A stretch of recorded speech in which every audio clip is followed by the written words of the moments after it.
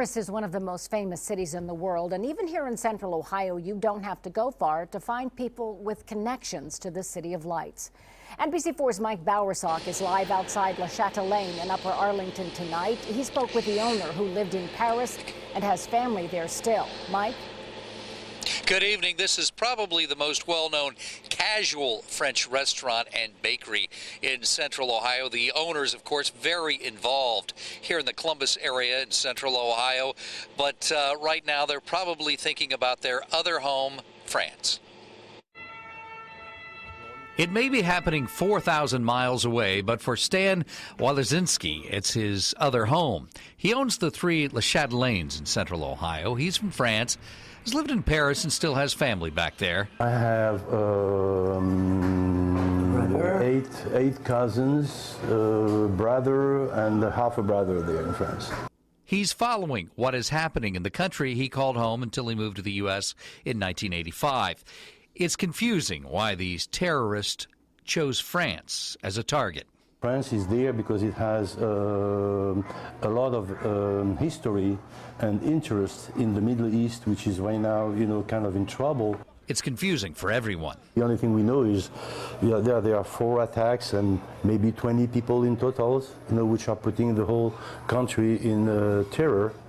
And that's the whole question we are asking right now is how can you have 20 people, 50 people maybe maximum, putting a whole country of 50 million people in terror and maybe the whole world in terror. So right now all he can do is what he's doing, continue to run his business, continue to monitor what is happening in his native country, and continue to try to figure all of this out.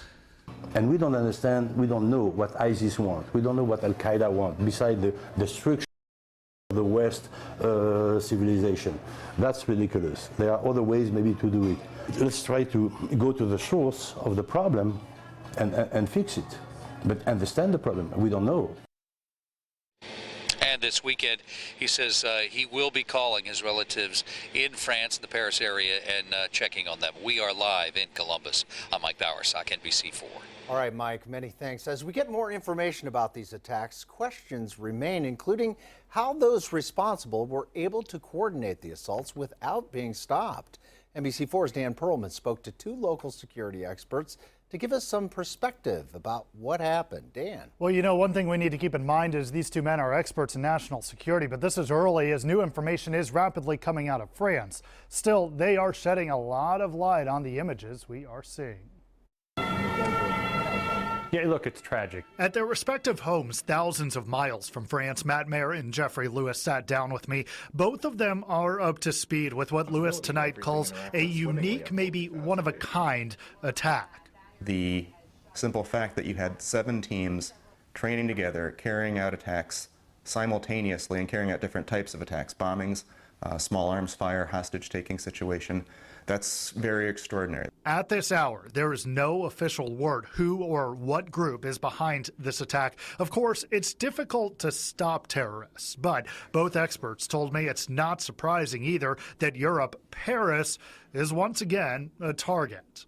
We saw about a year ago that there are all these folks that were leaving Europe and going and training down in Syria and fighting with ISIS, and we knew they'd eventually come back and that they'd come back as cold-blooded killers. And so our concern is that this may be the first wave of those folks that have returned from Syria and are now going to start unleashing some of this violence on the streets of Europe. One question now, can this happen in the U.S.? Logistically, I think it would be more difficult to carry out something like this in the United States. Our experts agree our borders are tighter, but of course we should always be alert. We all need to be vigilant, like our founding fathers said, right? Eternal vigilance, and that's critical when we're out in public spaces.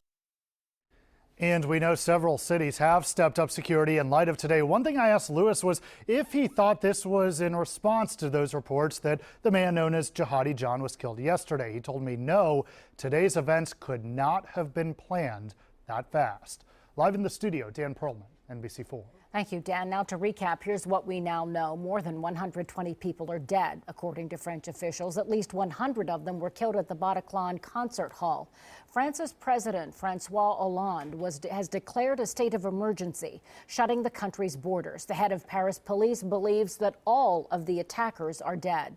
The deadly assault started around 10:30 in the evening Paris time. At least Two suicide bombers set a series of explosions outside a soccer stadium just north of the city. Moments later, and miles away, gunmen opened fire at a crowded Parisian restaurant. The deadliest attack started just minutes after that, inside a theater where an American band was on the stage. After taking audience members hostage, the gunmen started shooting them one by one. And just after midnight Paris time, police rushed the theater. They say the gunmen blew themselves up with suicide belts. We will continue to bring you the updates throughout this newscast as well as at NBC4i.com.